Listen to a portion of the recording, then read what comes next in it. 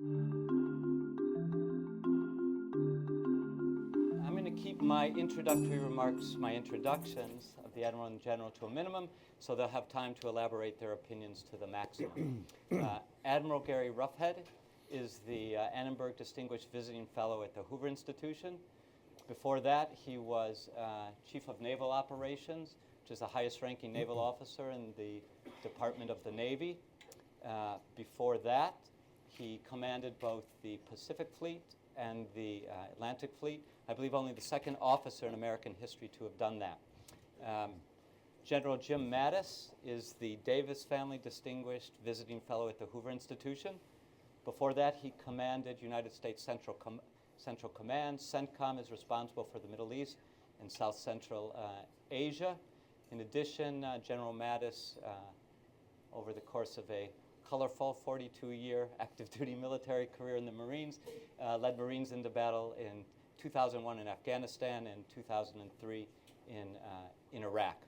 Admiral Roughead, General Mattis, and Senator McCain, when he arrives, will speak 5 to 8 minutes on issues pertaining to national security challenges. When they're done, I'll put a few questions to them, and then all are looking forward to entertaining questions from you all. Let's begin with Admiral Roughead. Great. Well, thank you, Peter, and thank you for the opportunity, and thanks for your interest in coming together tonight to hear our thoughts, but most importantly, to answer any questions that you may have on your mind. I start by saying there is one military in the world that is global, and that's the United States military. We do it because we have great people who know what they do and how to do it best. We also do it because we're the only country that can command and control globally, and we're the only country that can provide the logistics that allow that force to be present in those areas that are critical to our national security. But tonight, what I'd like to do is home in on what many people will call the Asia-Pacific region, because that's where I spend a lot of time and where I think strategically we have our greatest challenge of the future. We can be captured by things in the South China Sea or the East China Sea or a new missile that China may be developing, but there's more to it than that. And what I'd like to talk about are the forces that are at play that are, for the first time in decades, a strategic challenge to the United States and our place in the world. And the question really becomes, who will lead the order in Asia? And by extension, who will set the global rules going into the future?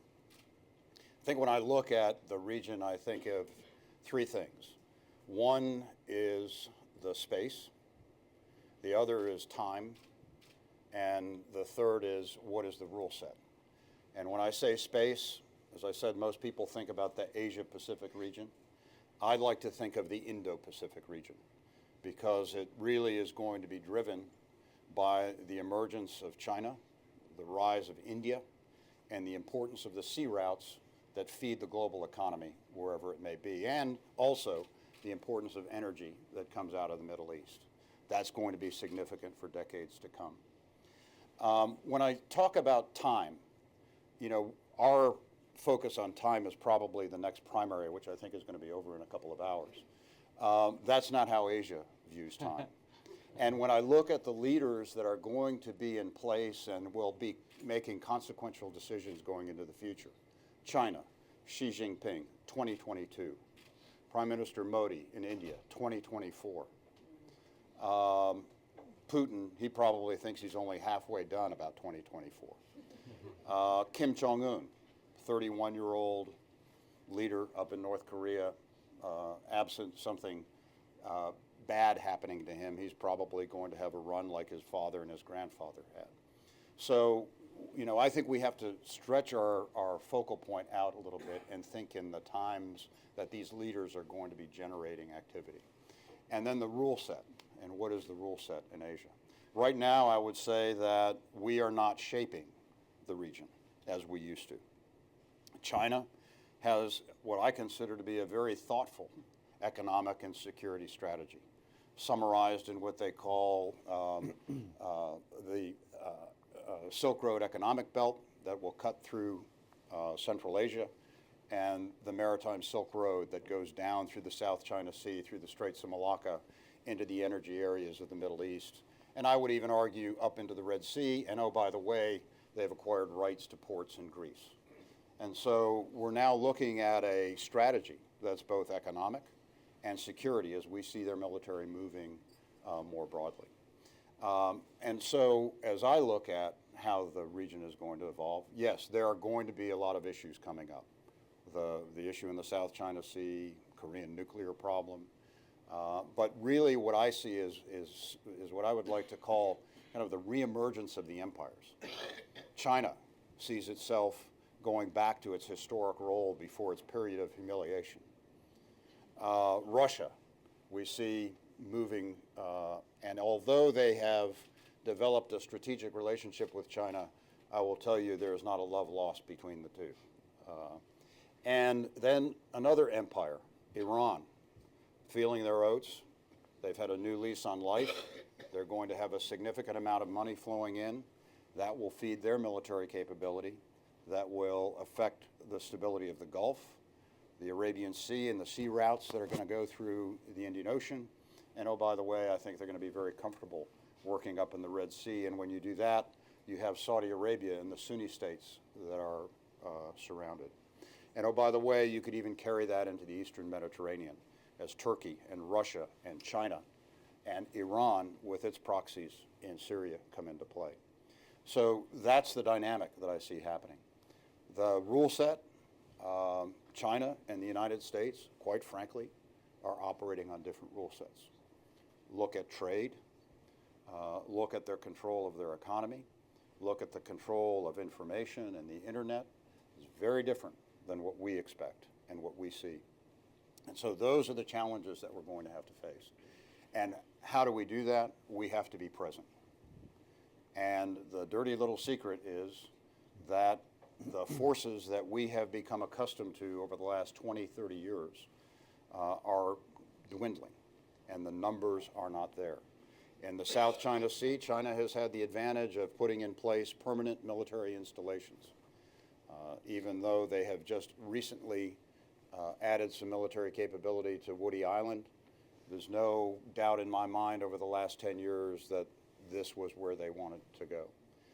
So we have to be present there. We have to continue to challenge the claims that are being made by China. We have to bolster our allies. All too often we focus on our relationship with China. We have to think about the periphery of China. China has always been worried throughout history about their periphery because the emperor that loses the periphery loses the empire. And so we really do need to re-energize and reinvigorate our alliance relationships, particularly with Japan, as they change, as their laws change, and their military becomes more wide-ranging and more capable. And there are great opportunities with Japan. Australia, the only ally that we have that faces both the Pacific and the Indian Ocean, extraordinarily critical. And like-minded partners, the Vietnams, the Singapores, the Philippines, we have to start working with them and support them as China challenges their interests and their activities. And so that's where I see the future going. And it will be important that we keep in mind the fact that you can't be there virtually. You have to be there with presence. And that's something that we lack today. And I look forward to your questions and getting into more detail on that. Thank you. Thanks very much, Gary. Jim. Thanks, Peter and Gary, two very, very close friends over many years. Great scholar of the Constitution, a document that I have a love affair with, and certainly as ranking member of the Navy's private army, proud to say we're both in the naval service. Gary and I did not spend decades in the Navy and the Marine Corps. We spent decades in the U.S. Navy, U.S. Marine Corps, answerable to you and carrying out hopefully your bidding and able to justify what it is we did during our time in service and hopefully what carries on as part of our continuing efforts to stay engaged in the world. And if you look at this world that George Shultz reminds us is awash in change, you've got a world today in which the international order is basically coming apart. The rules of the game are changing, as Gary mentioned. And as we look back on how did we get to this position, a generation comes through a depression, comes through a horrible war of tens of millions dead, and they say, whether we like it or not, we're part of this world. You cannot turn around and leave it, no matter how maddening it is. You've got to stay engaged. And yet today, from the Marshall Plan that we used at one point, the UN that continues to thrive imperfectly, NATO, which has become more of a security than a defense mechanism, and one where the Western democracies are having trouble maintaining it. The monetary efforts from International Monetary Fund to World Bank, those are all starting to go down in terms of influence in the world, and what's taking their place in that vacuum is not necessarily good. At this point, nowhere is the attack on the state system more obvious than the Middle East.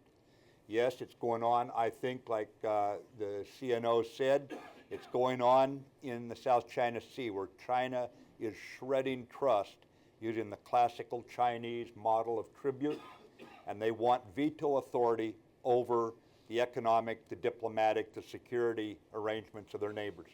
You see the same thing in Russia along the periphery, where Russia too wants veto authority, using their military and their unconventional means very differently.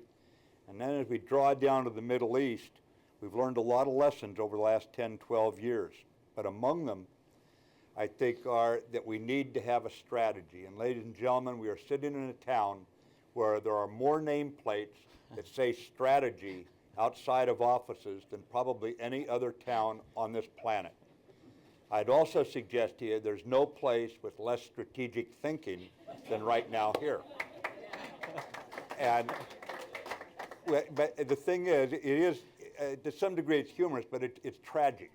We've all seen enough Lance Corporals catch RPGs in the chest, sent off to do the nation's bidding.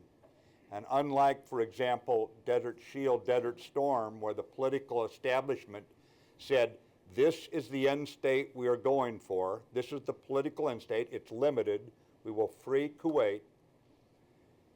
They give us unlimited, really, military resources. Today, we fight unlimited wars with ill-defined political end states and limited military resources, limited in capability and number by self-prescribed limitations on ourselves.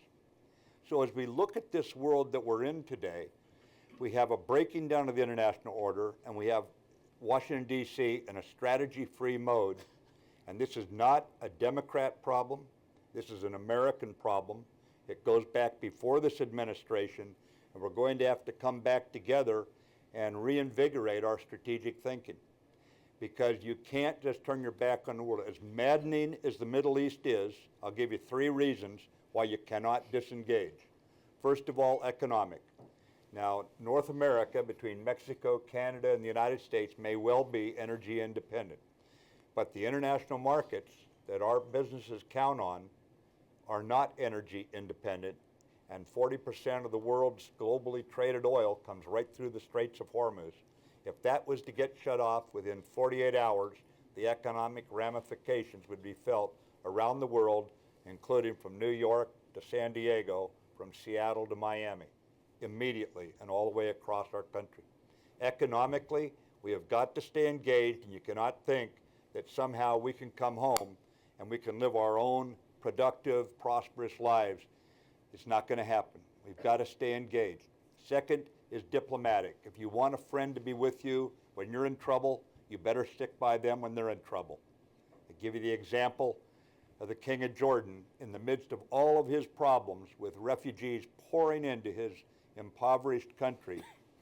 And when he heard the French and British were pulling out, reassured me that we will stand by you, and there will be a Jordanian soldier in Afghanistan until the last American soldier comes home. If you want friends like that to stand by you in your troubles, we need to stand by them in their troubles. The last point I would make is plain security. We learned on 9/11 what happens when we can't stop things overseas. We don't need to relearn that lesson. We learned it. Let's make certain we stay engaged. There's a lot of people out there who want to be with us.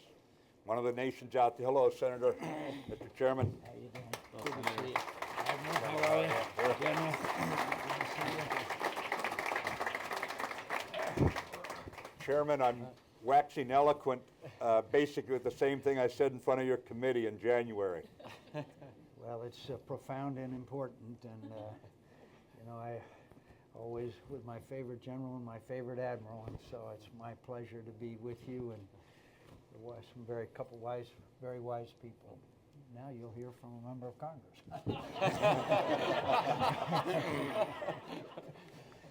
Was it Mark Twain said, suppose you're a congressman, suppose you're an idiot, but then I repeat myself.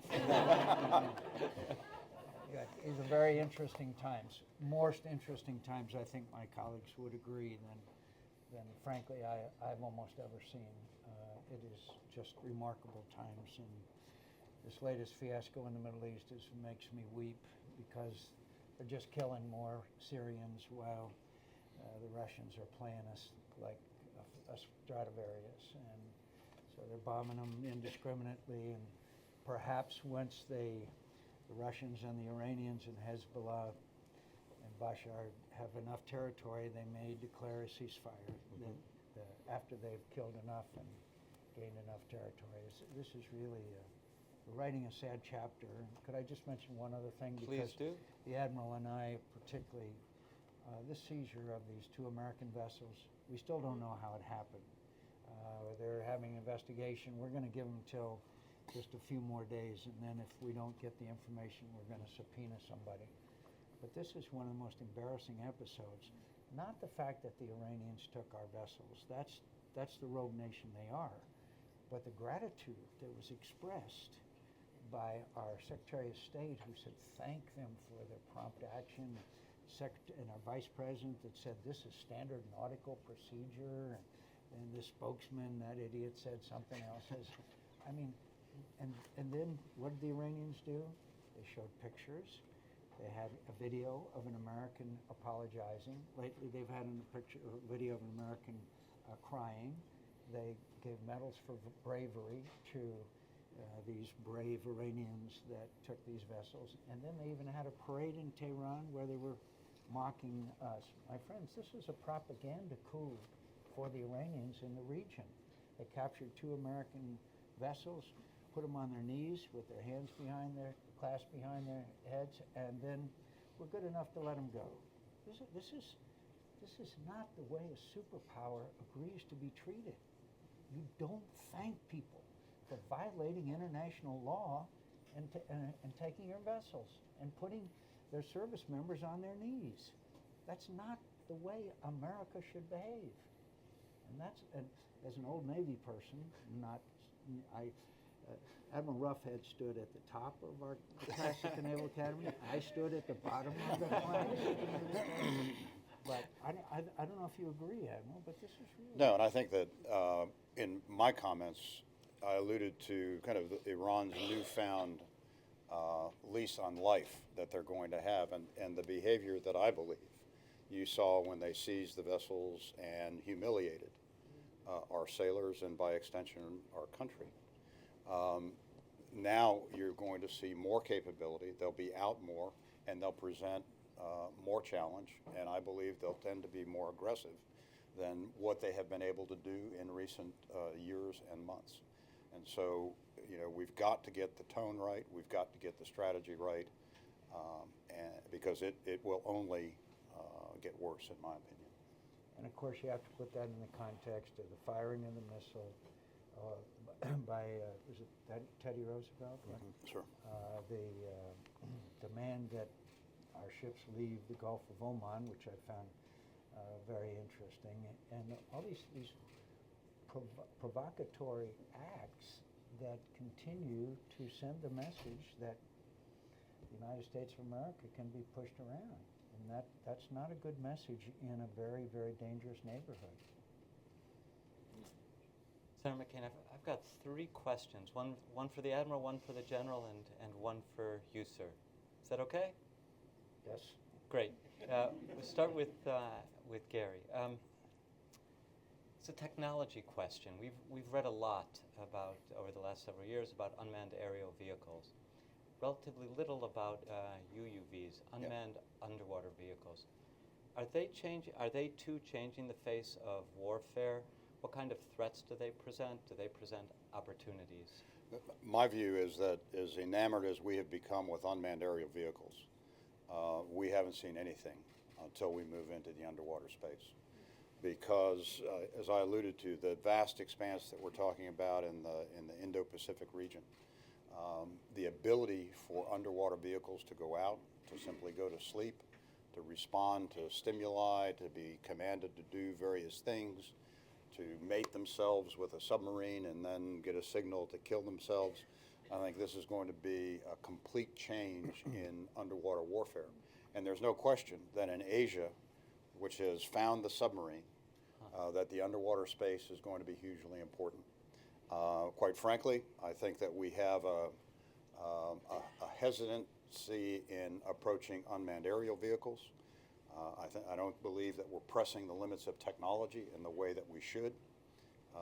And I know the Senator's been very active in trying to move the department in a more positive, in a more aggressive way. But what we really need is a focus, I would submit a national focus, on really maintaining the undersea domain as a U.S. Area of unrestricted maneuver and unrestricted control, and unmanned underwater vehicles are the way that we'll get there. Thanks very much. Question now for Jim, which will lead into the question for the Senator. 2011 was a very bad year in Middle East. We were involved. We employed military force in Libya. Libya collapsed into chaos. We withdrew troops from Iraq. Iraq collapsed into chaos.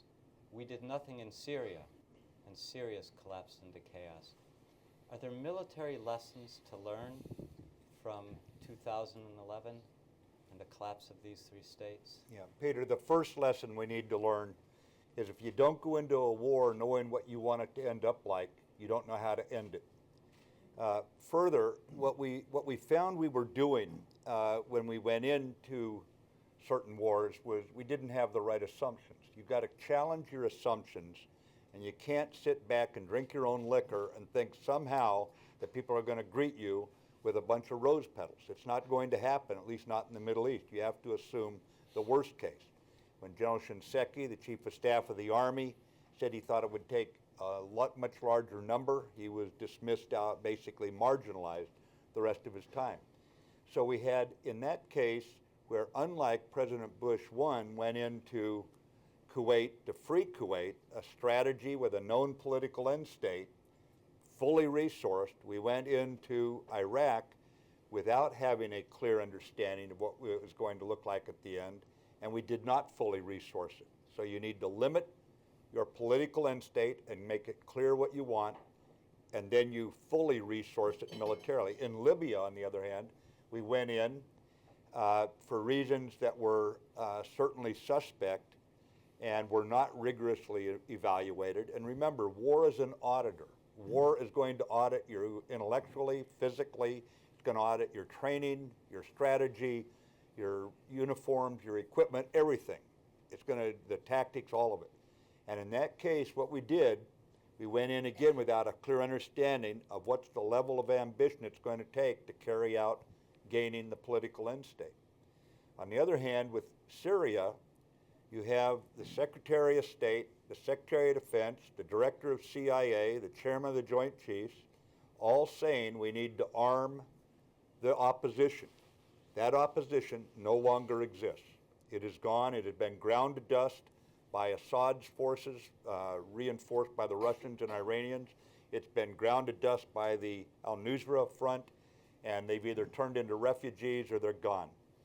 The result is we have basically strategic failures of commission going into Iraq without having the right war plan and the right way to end that war and fully resourcing it. And we have acts of omission. For example, Syria, where we stayed out of it, even when everyone in our intelligence agencies told us this is what's going to happen if you stay out long enough. And the Secretary of State and Secretary of Defense are not rewriting history. And when the administration was unwilling to listen to their own cabinet members, we end up with that disaster. There's got to be a way where we engage more, we lead more, and it does not mean we intervene militarily more. It means when we do it right. And by the way, I would just add here something I've testified in front of the Chairman's Committee on, that you'd better have a detainee policy going in, a repeatable detainee policy. You don't wait till you have the prisoners and have to call an entire high-level commission to say, what do we do with this one guy we captured? Do we send him to Norfolk, or do we send him to the Southern District of Manhattan, or do we send him to Guantanamo? What do you do? Can you imagine FDR going into World War II not knowing what he was going to do with Rommel's troops when we got him? And now we bring him back. We didn't give them constitutional protections. We didn't say when they got to Texas POW camps that we'll give you another shot at us at Normandy since you were only a driver of a tank. You didn't pull a trigger on us.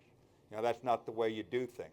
You've got to have a detainee policy, and that comes from a strategy that says you know what you're out to do. You're out to accomplish a certain end.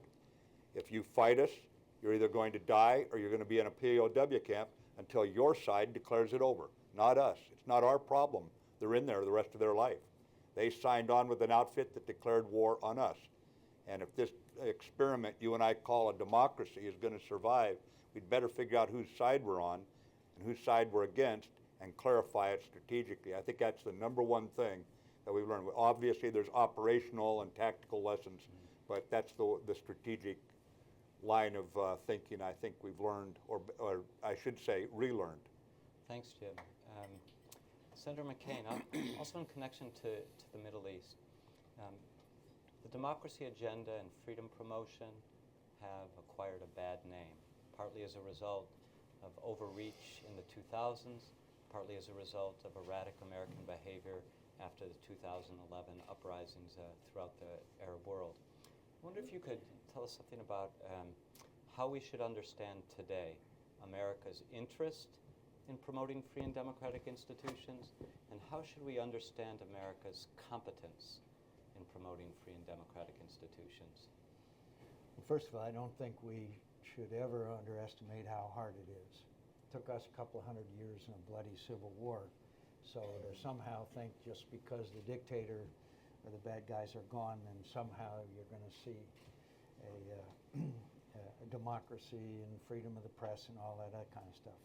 But I would point out that if we had treated Libya, and if we had treated Iraq, if we had treated Korea in World War II the way we treated them, it would be very different today. There's still 38,000 troops in Korea. After the Korean War, we had a dictator in Seoul, a guy named Syngman Rhee, and a devastated landscape. We've still got 38,000 troops there. Now it's the fourth or fifth largest economy on earth. But it took them about 50 years to develop a democracy and an economy. We didn't walk away from Korea. What if we'd have walked away from Germany and Japan after World War II? What would they look like? So after we won in Iraq, and that was not in the beginning, Lindsey Graham and I called for the resignation of Donald Rumsfeld. We called for the relief of the senior officers. We said, you're losing this fight. You've got a lousy strategy, de-Ba'athification and all that. And people, when I was running for president, said, you shouldn't be involved. I said, I'd rather lose a campaign than lose a war because we were losing. And then the surge started, and we won. We won. And that's what the liberals and the left and everybody forgets, is that thanks to a genius named David Petraeus and several others and some great young men who sacrificed a great deal, the situation was pacified, and then we walked away. And one of the seminal moments, of course, was their election. Maliki didn't win that election. Alawi did. But we walked away from it. And so, guess what happens? In Libya, yes, Muammar Gaddafi was at the gates of Benghazi with tanks and artillery, and he was going to slaughter several thousand. I don't know how many thousand he was going to slaughter. So we stopped him with air power. We didn't lose a single American. Not one single American. And then guess what? We walked away. I was there at their first election. You know what they were doing? Thousands of them in the square in Tripoli. Thank you, USA. Thank you, USA. With their horns. Thank you, USA. So what did we do? We walked away. Lindsey Graham and I and Joe Lieberman wrote a piece in the Wall Street Journal. We begged them, secure the weapons, help them rebuild democracy, help them enforce their borders. We had to build democracy. But what did we do? Nothing.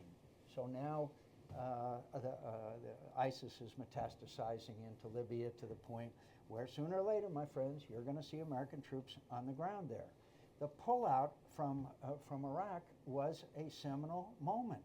And tragically, I and others predicted exactly what would happen if we walked completely away. Now, what's the dominant influence in Iraq today? We all know, Iran. They're the dominant influence. Abadi doesn't do anything without looking over his shoulder at the Iranians. You know what he told me in a meeting with him? He said, you Americans, he said, you lose one airplane and one pilot and you're gone. That's what he told me. They have no confidence in us, my friends. They do not believe in us. So when the President of the United States called me and Lindsey Graham over to his office and he said, that's it, they've crossed the red line and we're going to degrade Bashar Assad, we're going to upgrade the Free Syrian Army, and we're going to reverse the momentum on the battlefield. Lindsey Graham and I go out on the runway. We're with the President all the way. He's crossed the red line on chemical weapons, and I'm sitting in my office a week later, and there's CNN. The President has changed his mind. It wasn't so much that John McCain. You know where the Saudis saw it? They had planes on the runway. They saw it on CNN too. That's why you see the Sunni nations now going their own way. Foreign Minister of one of the Gulf countries, who happened to have graduated from the University of Arizona, told me, we believe that it's better to be America's enemy than its friend. So that's why you see them going, why you see the Saudis going to Yemen, rightly or wrongly. They went to Yemen because, and without telling us. They had no confidence in us. This is why you see those actions being taken by these Gulf countries and others on their own because we've lost. And by the way, the situation in Iraq and Afghanistan is getting measurably worse, my friends. And when we don't have enough troops there and we don't give them the right kind of support, then you may see a repeat of Iraq and Afghanistan. And now, of course, you've got ISIS present there as well. But could I just also, when we talk about this, we've still got the finest leaders on earth in our military. We have the finest young men and women who are serving. They're the best trained. They're the best equipped. They can do the job. They need the leadership, frankly, to go ahead out and do that job. I am optimistic about the ability of the United States to maintain its position. I would rather be the United States of America than any country on earth. You ever been to Beijing on a day where you can't see a block? Have you seen the Europeans and the way that they're trying to cope with this refugee crisis? Any other nation in the world doesn't compare to us, but we need to understand that there's only one country in the world that can lead. Thanks very much. Now it's time for questions from you all. When called on, would you please identify yourselves and indicate to whom the question is addressed, please. Here's a microphone. Thank you. Thank you, all three of you.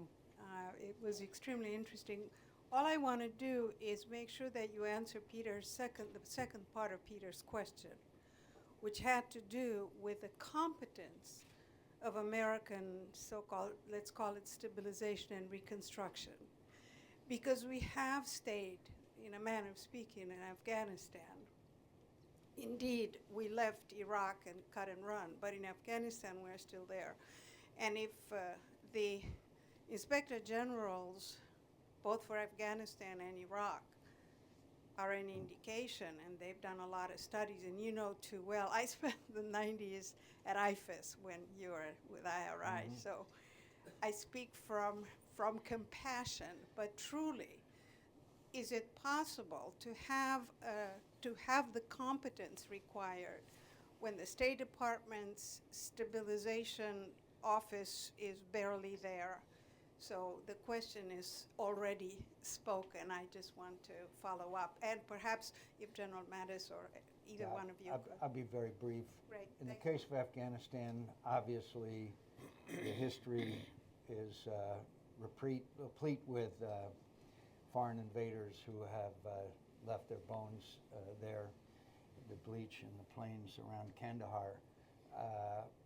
But I still think that it's also this lesson about if the United States president keeps announcing that you're going to withdraw, beginning with the speech at West Point, keeps announcing that you're going to withdraw, then of course the enemy takes a lesson from that. And so every time, even when the president announced an upgrade in numbers and capabilities, he also announced when the date of departure. You don't do that in warfare, particularly against an indigenous enemy that you are struggling against. I'm very worried now, very honest with you, and these two know more about it than I do, but I see parts of Afghanistan now falling under Taliban control that can be extremely dangerous. And of course, we have the Iranians providing arms to the Taliban, naturally.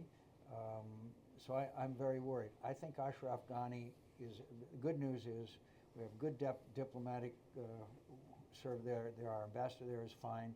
Ashraf Ghani is a dramatic improvement over Karzai, who was, as we all know about Karzai. But this competition between Abdullah and Ghani is very unhelpful. But so what I think we're going to have to do the next president, I think the next president of the United States is probably going to have to give them 5,000 to 10,000 additional troops to do the kinds of things that only America can do. ISR, medical, medevac, all the training capabilities and others. And they're going to have to be there for a long, long time. I don't know if, General. I agree with the chairman. We can do it, but it's going to take a more a clear trumpet call. It's going to have to align State Department fully resourced with AID people that can go in and do something more than just let contracts go that don't seem to get properly supervised. It's going to require us to not tell the enemy in advance what we're not going to do. As the chairman says, don't tell the enemy when we're coming home no matter what the conditions are on the ground. Don't tell the enemy they won't face the fiercest, most skillful ground troops in the world. Even if you're not going to employ them, don't tell them that in advance. You don't tell the enemy what you're not going to do and relieve them of that concern. So first of all, you destroy their hope by not reassuring them, and then you bring an American whole of government approach that's designed for competition. Why do we keep reaching for the military and CIA? It appears to be the only part of the executive branch that's capable of competition in this violent argument. There's others, Treasury, education, commerce. There's other people who can be employed here, ma'am, but we have not employed our whole of government and what makes us unique. Give you an example real quick. We catch a guy one night when I'm out in the western Euphrates River Valley. He's putting in a bomb, a couple of artillery shells. He looks up, he's got his wheelbarrow, he's digging his hole with his shovel, he's got his car battery, and there's 5 Marines with automatic weapons standing around him. They asked me if I want to meet him. I said, sure, I'd love to meet him. They say he speaks English. I said, really? So I went down and had a cup of coffee with him, and the sun came up, and I said, what are you doing this for? You're Sunni, why you want to get rid of the Americans? You know the Marines are the only hope you have out here. He said, I want you Crusaders gone. I said, knock it off. You're an educated man, He said, well, in my heart, I want you gone now. In my head, I know we need you. And he said, I'm going to get sent to Abu Ghraib, right? I said, oh, yeah, you're going to be wearing an orange jumpsuit for a long time there, young man. And he said, if I'm a good prisoner, do you think I could immigrate to America? Now, think of what he said, and go back to what the chairman just said about how we go about fighting these wars. Even someone who on the surface is acting out of anger towards us sees the lure of America's example. We are leaving behind, we have 2 powers in this country, fundamentally, inspiration and intimidation. I'm no Pollyanna, I know we need intimidation. Gary and I were part of that. But we also have the power of inspiration, and that's the part that we're not bringing to bear in terms of competence to carry this forward. And there's a way to do it, we're not doing it now. Excuse me for going on. I just mentioned one other thing in response. There has been terrible waste and mismanagement, and I know you saw that firsthand, and it's heartbreaking when you see some of these projects that just failed and failed and failed. but I do believe that the motivation was good. People like you that were willing to go over there and spend their lives helping another country rebuild. And it is just shameful that some of these projects just wasted millions and millions of dollars. And my regret is, and I'm sure the three of us, is that we didn't hold more people responsible. Please. Wait just a moment, please, for the microphone. Not at all? First of all, thank you, three gentlemen, for all that you've done for our country. I'm going to speak as a mother, a sister, a wife, a daughter. I think of all the men and women who have died in Iraq, in Afghanistan. My brother-in-law, who was there and served so gallant, truly, thank God he got out. My question is, you're going to be asking for troops on the ground at some point. How do you sell this to the moms and the dads and the sisters and wives and daughters if you do not have a clear strategy and a commander-in-chief who truly believes in the goal? Because it's the men and the women that are coming back in body bags or coming back damaged for the rest of their lives, and those that are loving them who have to take care of them for the rest of their lives. I'll go ahead and start. Please. I couldn't agree more, and I think Jim touched on it. One, they have to know why they're going. They have to be given the tools to do the work that we expect of them. And I would say that the force that we have serving today is the best force I ever served with over 38 years. But they have to know why they're there. They have to be given what they need. And I think of all of the things that I've seen, the fact that the American people stand behind them, they will do anything for you. But as Jim and the Senator alluded to, what do you want this place to look like when we finish is important. And I would even say that we have to be asking that question even before conflict. I touched in my remarks on the Asia-Pacific region, Indo-Pacific region. What do we want that to look like as a nation? What do we want it to do and to be that support our interests? And so these are questions that I think we not only have to ask ourselves at times of conflict, but if we want to lead strategically, and if we want to be the global leader, we have to think about how we want this world to be. And I can tell you, our armed forces are ready to do anything to get there. But we have to provide the vision and the commitment to allow them to make that happen. Jim, do you want to weigh in? I agree with you 100%.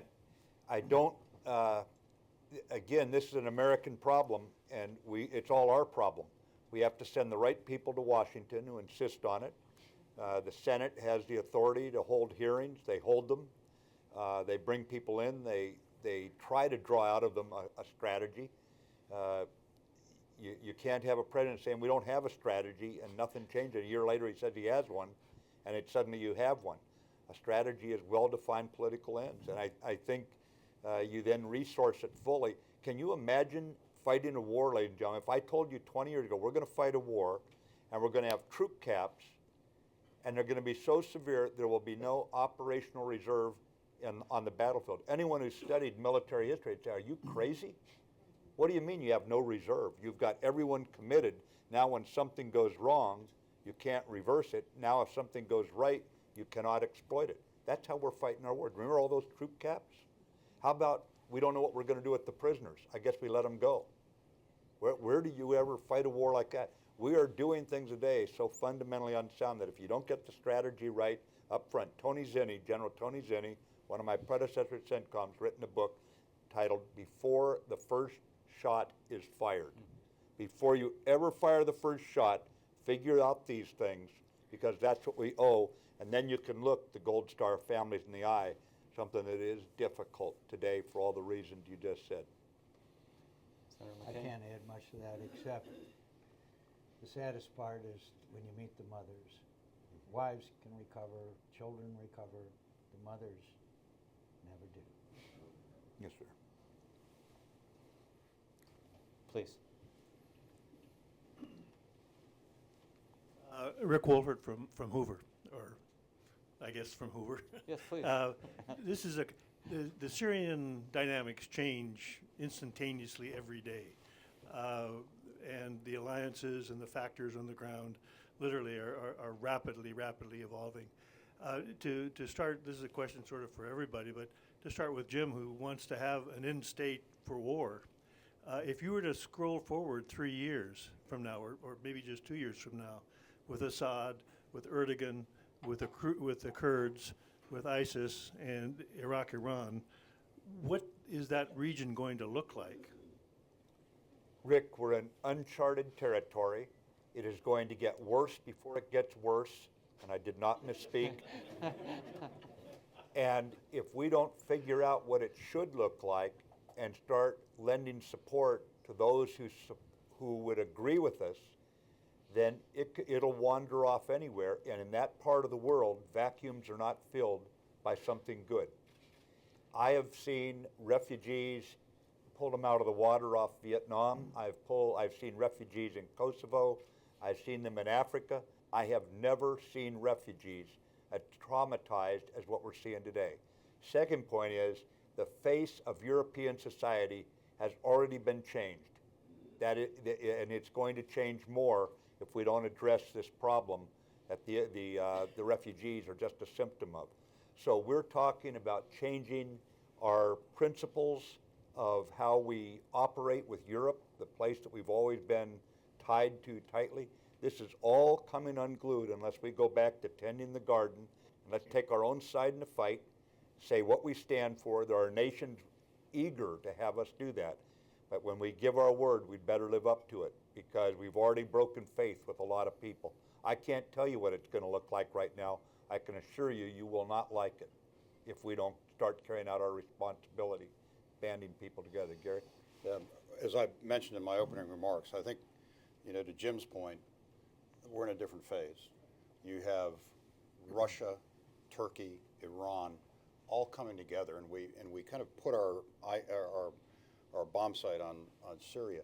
But I think we have to look more broadly in that whole region, and what do we want to be able to do to shape it? Right now, is there any U.S. Navy in the Eastern Mediterranean? No. And it's remarkable that we're having this conversation about Syria, the Middle East, the Eastern Mediterranean, and we haven't mentioned Israel once. Israel is an anchor. Israel is an ally, and Israel is something that I believe, as we look at all of this stuff that's at play, we really need to think about that future. Thanks, Gary. Senator McCain?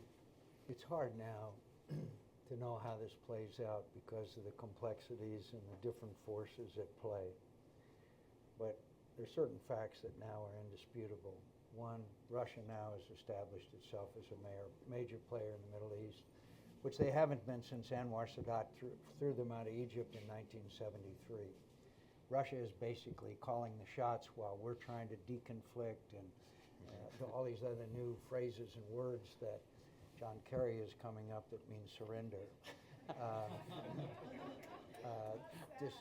This whole Kurdish issue is really got fraught with complexities, because now I think the Kurdish ambitions to be, they're the largest ethnic group in the Middle East that's without a country, and their ambitions now are very clear that they want independence, something that Erdogan finds totally unacceptable. So we find Erdogan attacking people that we are supporting, while other Kurds we also designate as terrorists. You can't tell the players without a program, except to say that we're now in a position, as opposed to when, I'll never forget, when Dempsey and Panetta, two people that Chairman of the Joint Chiefs and the Secretary of Defense, I asked him, I said, is Bashar Assad going to go? It's inevitable. It's inevitable. The President of the United States. Not a matter of whether Bashar Assad goes, a matter of when. And now, does anybody here believe that Bashar Assad is going, or his stooge is going anywhere anytime soon? And then, of course, you have this incredible Iranian influence, which is now establishing this arc that they've been trying to establish for a couple of thousand years. And they are moving in with, and it's Hezbollah that saved them, and it is also the Iranian Revolutionary Guard that saved them, and now Russian air power, which has shown that indiscriminate bombing is really, really a horrible aspect of war. They're bombing hospitals in the areas where we are supporting those people. There are people that Putin is slaughtering. And have no doubt that Vladimir Putin wants to have a situation where they will have a permanent superiority there, and at least a portion, including Aleppo, of Syria, which they can claim as their own and not have to worry about. There's other parts of Syria that maybe they could give over to al-Nusra or Kurds or something like that. But we are watching a unfolding of a Secretary of State and President who are standing by in the name of concluding negotiations, indiscriminate slaughter. Doctors Without Borders have testified that the Russians are attacking hospitals, or bombing hospitals. And we then, we'll better call Putin. President's going to call Putin. He'll call his buddy Lavrov. And maybe we'll have a Geneva 3 or 4 or 5, who knows? No, this is 3. Maybe we'll have Geneva 4 or 5 or 6. I think they ought to meet in Gila Bend, Arizona this summer when the temperature is 115. Then they'll either get something done or they'll go home. Thank you. Sir. Thank you. I have 2 questions and a comment. One question for Senator McCain is only need one word answer. So maybe I'll start with that one. Impossible for me to. Have you read Unfit for Command? Yes. That didn't make you sick? God. For the Admiral, all of my guys, we watched all the capture of our vessels, high-speed, state-of-the-art vessels. It looked like a couple of bass boats got them. There has to be a lot more going on, So I'd like you to answer that, but I'd like to make one comment that most people don't think of. I'm in the marine business. 83 to 88, we had a depression. Oil industry was down. There was no work. It was just survival. And we had a lot of toes tied up. Shipyards were shut down. 88, it picked up again. But then those skills were gone. They found other jobs. It took like 2 years to get the skills back in the shipyards and also on the marine side all that time. So that gets me to a favorite of Hoover, free trade. A lot of our scholars, all of them are for free trade. And I'm for free trade. My shoes were made in China, I believe, my pants in Bangladesh, my shirt in India, my underwear, anyway. So, when I look back at those years, 83 to 88, when we had no shipbuilding industry, we had nothing. I'm not in the shipbuilding industry. It doesn't do anything for me. It helps me to have a vibrant shipbuilding industry. But I look at that, and if we export that, right now it's protected. If we export that, I think it's in our not in our national interest. I think a vibrant shipbuilding industry is in our national interest, security interest. And I just wanted to make that comment because people don't think of that. If I think nationalism trumps free trade in that case. Thank you. There's a question for you, Gary? Well, I think on the seizure of the boats, and I know the Navy's investigating. I know the Senator is really going to get to it. I know the Gulf pretty well, been there. Some people don't know. I think I may be the only person in the room that lived in Iran. So I know that region geographically. And I also know the force from which those boats came, and I know where they were allegedly seized. And I don't know what they were doing out there. The investigation will come to that. Could I mention one? Please. Arguably the wisest man in Asia for years was Lee Kuan Yew. His son is Prime Minister of Singapore, as you know. Some months ago, I had a meeting with him, and I asked him the question. I said, what if the Congress turns down TPP? He said, it will be a disaster, and you will be finished in Asia. Now, that is the opinion of the Prime Minister of Singapore. And I heard that from literally at the Shangri-La conference, I heard that from literally every foreign leader. we are making a very terrible mistake if we turn down that treaty. If I could Please, Gary. just add to that, I mean, I know the Secretary of Defense said that TPP is worth one aircraft carrier. I disagree with him, probably 6. TPP is fundamental to who we are because, as I mentioned, the strategy in Asia is economic and it's security. And TPP will just draw a line through the economic piece. I agree with you. And we've got to do that. Please. In the back, please. United States Army officer. General Dunford recently remarked about the changing character of war. And as we've seen, and I agree with him, I think warfare is becoming more unpredictable, especially we've seen with Russia and Crimea and Ukraine. As these threats become, trans-regional and trans-functional, with cyber and then, spreading across like ISIS from CENTCOM into AFRICOM and trying to expand into Malaysia. Are we organized to really form a strategy that's global? Because 30 years ago we did a great thing. We passed the Goldwater-Nichols Act, and you've talked, and I've really enjoyed your talk about strategy and technology. But are we really postured here with the entire governmental agency to really form that strategy that focuses on the future threats that we're kind of alluding to? Because it seems like right now we're dealing a lot with the here and now and the current threats. Let me just say real quick, you're exactly right. But remember, we are now engaged in 2 kinds of conflicts or tensions that could lead to conflict. China, as we just now found out today that they put a radar in one of the islands, they continue to escalate there.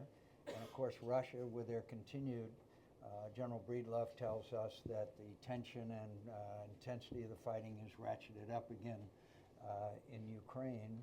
But at the same time, then we've got cyber, and at the same time, we've got this unconventional asymmetric warfare. Somebody said that that the Paris attacks cost ISIS $10,000. So we've got a multi-challenges, but I do agree with you that the old COCOM structure in each part of the world has got to be revised. We've got to look at it in a much different way because these challenges that at least cyber and radical Islam, which is going to be with us for a long time, are certainly transgeographical, if that's a proper word. And we're looking at all that, and we're having these guys up for hearings, and Petraeus and all these people with a great deal of experience, and the civilian leadership, people like Panetta and Gates and others, because we are going to have to reshape the structure of the Defense Department. You agree? Well, I do, Chairman. The point I would make, though, is no matter what structure you have, if you don't have the intellectual heft to address these issues, then you're going to have a challenge. I spent many of my hours as a CENTCOM commander on the phone with the PACOM commander, the EUCOM commander, the AFRICOM commander, that we were coordinating all the time. If AFRICOM needed ships, I chopped them from 5th Fleet down there with one phone call. It was no problem. That's not the fundamental issue either. War has always been unpredictable. There's nothing new unless you haven't read war's history about all this, maybe a few different characteristics. So every military in history that has successfully transformed from Alexander the Great on have one thing in common. They defined the specific military problem they had to solve. And I believe your problem today is how do we maintain nuclear deterrence, decisive conventional capability, and irregular warfare capability as a core competency. And how do you do that without breaking the U.S. government's treasury? It can be done. It takes wise young leaders who define the problem in a lot more detail as they break it down along the lines the chairman just mentioned. I would add to that, I think it's that we have to be forthright and honest. And this is going to be long. It's going to be protracted. It's not going to be immaculate. It's going to be messy. And the question is, do we want to be the ones that chart the course and set the outcome? Or is that going to be left to somebody else? And I think that's a conversation that has to take place. Week before last, General Clapper was before our committee. It's well worth reading his testimony. He gave a very excellent depiction of the challenges that we face. We have a question from our audience at Virginia Tech via Twitter for everybody. In light of increasing Russian aggression starting in Ukraine, Crimea, and the Middle East, how do you all see the next steps, and what can the United States do about it? Well, I can tell you a few simple things. One, give the Ukrainians defensive weapons. One of the most shameful chapters in American history. There's Russian tanks, and we could give them Javelin, and they have nothing to defend with, just at that elemental level. I think that there's a big problem in Ukraine right now that has more to do with corruption within the country than there is than as much as the Russian threat, and that is deeply concerning. But I also believe that over time Putin is going to want to have a land bridge to Crimea, and that means more territory in eastern Ukraine, and the pressures that he's putting on other countries, particularly Serbia, which has this old ancient relationship with Russia, and the Baltics is intense. There was a poll in Sweden recently that 73% of the Swedes thought they ought to consider joining NATO. That's a direct result of the Russian continuous activities, even in their country. So I think we're going to have to understand Putin and what he's about, and to rely on the price of oil to bring Putin down is about the same ideas we had about Adolf Hitler and the German economy in the 1930s. As far as China's concerned, just look at their actions. They believe that the last 200 years were aberrations of history, and they're going about repairing that. And this ISIS issue, again, we have to kill them, and we have to go to Raqqa. And then we can do all these other things we argued about. But as long as they have Raqqa, they're going to be able to export a lot of terror into a lot of countries. Gary, Jim? Just remember how the chairman answered this. We were talking about Russia, and he pointed out Raqqa. You cannot separate these things today. And if you don't have at least one fight of annihilation, not attrition, with ISIS that dries up their funding, their recruiting, and shatters their cohesion and their sense of victory as being God-granted, then you're going to have a lot of trouble dealing with a guy like Putin, who's watching our actions and calculating very carefully. Directly about Putin, reinvigorate the NATO alliance with reality. Had dinner with the Secretary General of NATO, and he said, we need to know if the Americans are with us. The Secretary General of NATO questioning if America is with the most successful military alliance in history that rallied 50 nations, the largest wartime alliance, warfighting coalition in history for Afghanistan when we were attacked. So anyone who thinks we don't need to reinvigorate NATO and get them to step up on the plate with us, I think they're missing it. We got to get our allies back in touch with us. No, and I would say strategically we have to get ourselves positioned in the Levant and have a presence there that we have not had for a long time, and everyone in that neighborhood knows it. And I know it's very easy to say, well, go make it happen when you have some limited resources. But we've got to get back there. That's where the Russian Navy seeks to have a foothold, and we have to be there to demonstrate that it's not a free lunch. Senator McCain, we know that you're laboring under severe time constraints. I'm all right. I'm all right. Fantastic. I'm all right. I'm all right. Please. Thank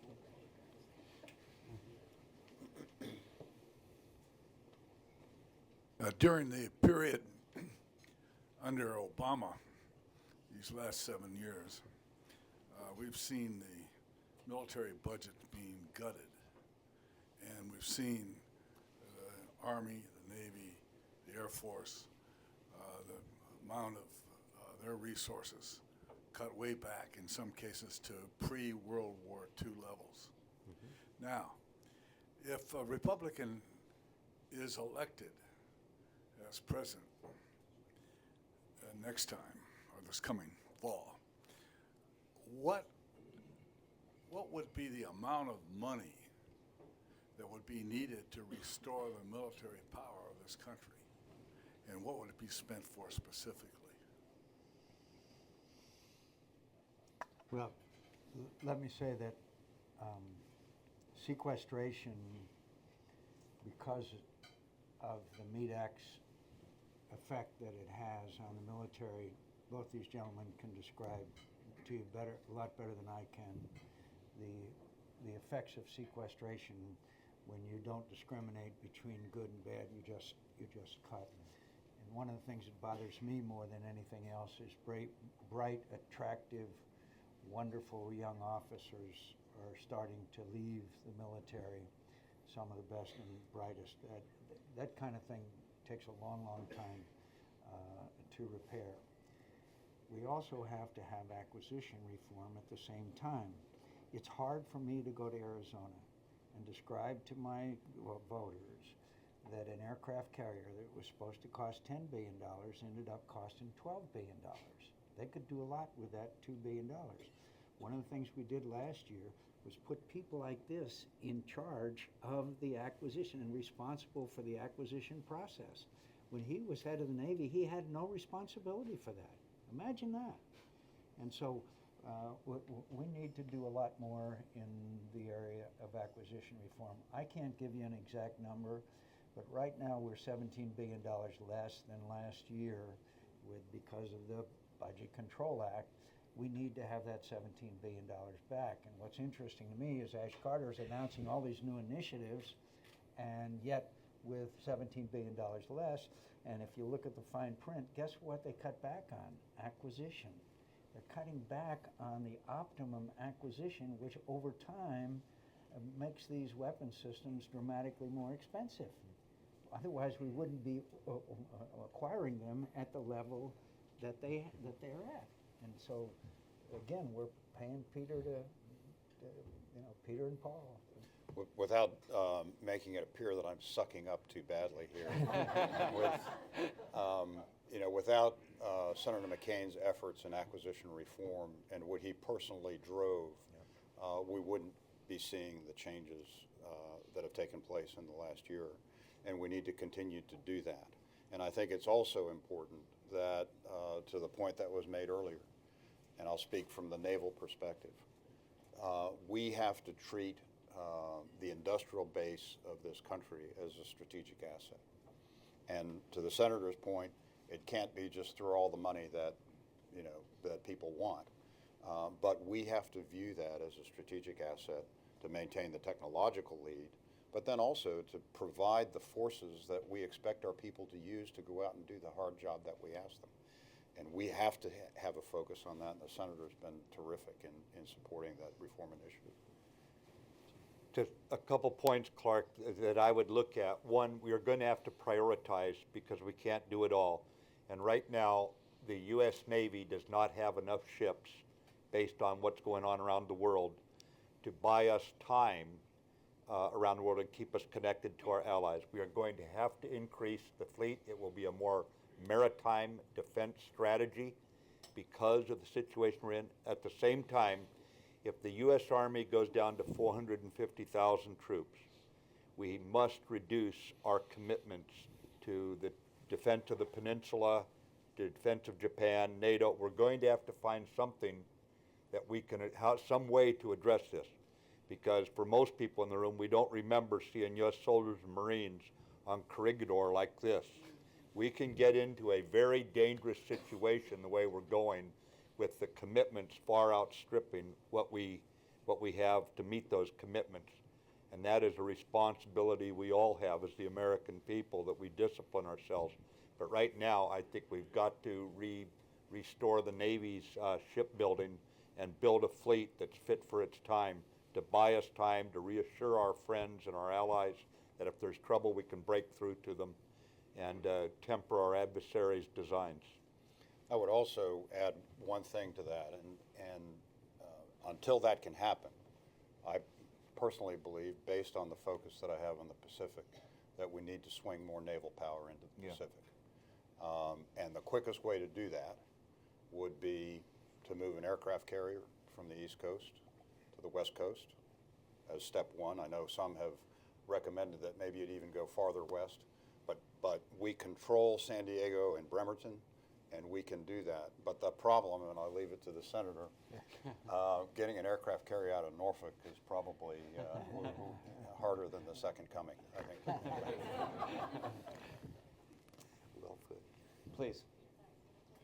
Pardon? No, no, it's okay. It's okay. Go ahead.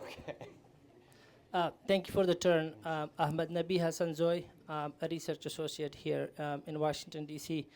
My question is about how a war becomes complicated for the United States and how it drags on, and how the United States fails on ground to do more in order to presenting the United States as a good guy instead of as being a bad guy. And I will direct my questions towards Afghanistan, where you had the Taliban, who in one sense are the enemies of the United States, but in some ways were able to hold law and order and peace for some of the Afghan people who were in Afghanistan. But then the United States comes in and it got rid of the Taliban, but then brought in a new group of Afghans who in many ways have failed to get rid of corruptions and get rid of other things that the Afghan people are against it, such as poppy cultivation and briberies, and law and order has failed. So how would putting more troops on ground make the United States as a good guy in Afghanistan? And what can the United States do to hold those people who have failed to bring security and to bring law and order and to get rid of the things that the Afghan society has against it, so that it can raise the image of the United States and its friendship with the Afghan people? And thank you for your commitment to helping Afghanistan. Well, very briefly, General Mattis is more of an expert on this than I am, but every poll I've seen is that the people of Afghanistan steadfastly reject the Taliban. There is debate about whether we should have gone to Iraq, there's debates about anything, but I know of no one who debates the fact that we had to go to Afghanistan after 9/11 to take out those that refused to, from which was the base from which the 9/11 attacks began. I reject the notion that the Taliban are in any way popular with the Afghan people. I think the problem is right now is that we have too few assets there that the Afghans don't have. The Afghans have been taking very heavy casualties, and it is starting to have an effect on some of them. Meanwhile, the Taliban continues, and General Mattis can talk more about this, but have a base in Pakistan with the Haqqani network and others, which is a very serious issue. I still believe that with a base number of American troops, I'd pull 10,000 out, that we could stabilize Afghanistan and continue the long road they have to travel to stability. But I also believe if we pull everybody out to a embassy-centric force, as the president's plan was at one time, you're going to see the place in chaos. Not just the Taliban, but ISIS and everybody else is going to be, there will be a cockpit. Chairman, I agree. We have watched the Taliban now take more ground than they've had since 2001. The strategic challenge is corruption in the government of Afghanistan. That is our strategic challenge. You address it by making certain that the officers we send in and the money we send in allow them to hold accountable they assign. In other words, if an officer is corrupt, we have to have the authority to remove them. We can't try to make them responsible before they're mature enough to do so. When it comes to the corruption of funding for various initiatives, then we have got to do the same thing we did when we did the Marshall Plan. American accountants went with it, and they tracked the dollars, and we held people accountable all the way through. When it comes to the operational vulnerability that creates the conditions where we're not seen as the good guys, it's the havens in Pakistan. The Pakistanis are moving against them now. They are losing troops, taking them out, but it's going to take each one of the strategic and operational problems we're facing. We're going to have to reverse them. That's all there is to it. And there's ways to do it. You don't make it by cutting back the number of troops to the point that that's just there for self-protection, and they can't actually bring combat capability and accountability to the system. I would just kind of add on to what the Senator mentioned earlier, and particularly in places that are as war-torn as Afghanistan or wherever it may be, that the people who strive to improve their lives, the lives of their children, are willing to stick with you as long as they believe you're going to be there. But if there is doubt, then they have to hedge their bets. And I think one of the fundamental principles is instilling a belief that we will be there, we will see them through this very rough patch. But if you cause that to waver, they're going to hedge their bets. Last question for the evening, please. Thank you, Peter. Thank you. As a member of a Gold Star family, a wife of a Marine, a mother of a Marine, and a potential grandmother of Marines, I like all the services hour. I am sitting here hearing you three dedicated gentlemen and the others that have served, and your answers are wise. I am worried that we can't survive this next year with the commander-in-chief we have, because you're not being backed up with the resources and the ability. Clark addressed the reduction that's happened. This is the end of February. We have a commander-in-chief for 12 more months who doesn't back us up. Admiral, your comments about, our will. You all have the will. I think our country has the will, but unfortunately, the final guy doesn't. God bless you all, and I think everybody here better pray for the commander-in-chief to change his mind, but bless you all. Well, and I ask, can we survive for this remaining year? Thank you. It's going to be, we're going to make America great again. It's going to be huge.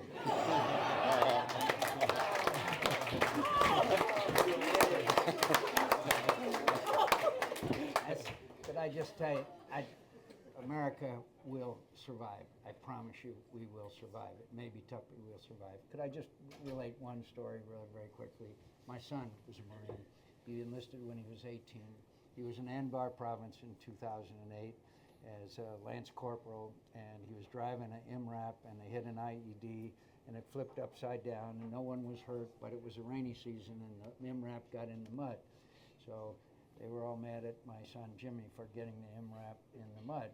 But they had to call for a crane from Fallujah to pull the MRAP out of the mud. It took a couple of weeks. The crane showed up, and they sent my son and about 5 other Lance Corporals and privates out to dig around the MRAP so that the crane could pull it out. So he was digging, and it went up to his ankles, and it was up to his knees and digging, and his sergeant came out and said, "Where's McCain?" He said, "Over there." He walked over to my son and said, "Are you McCain?" He said, "Yes, Sergeant." He said, "Your dad just won New Hampshire. Keep digging."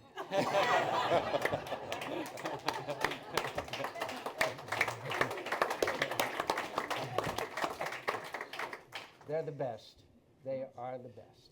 Yeah. And You so- all are and serving when your we're country well. and when we're around them, we really have confidence, because properly led, there really is nobody better. We should end where we began, which is that it would be difficult, even impossible, to assemble a more impressive trio of warriors, officers, and gentlemen than we have here today. Thank you very much.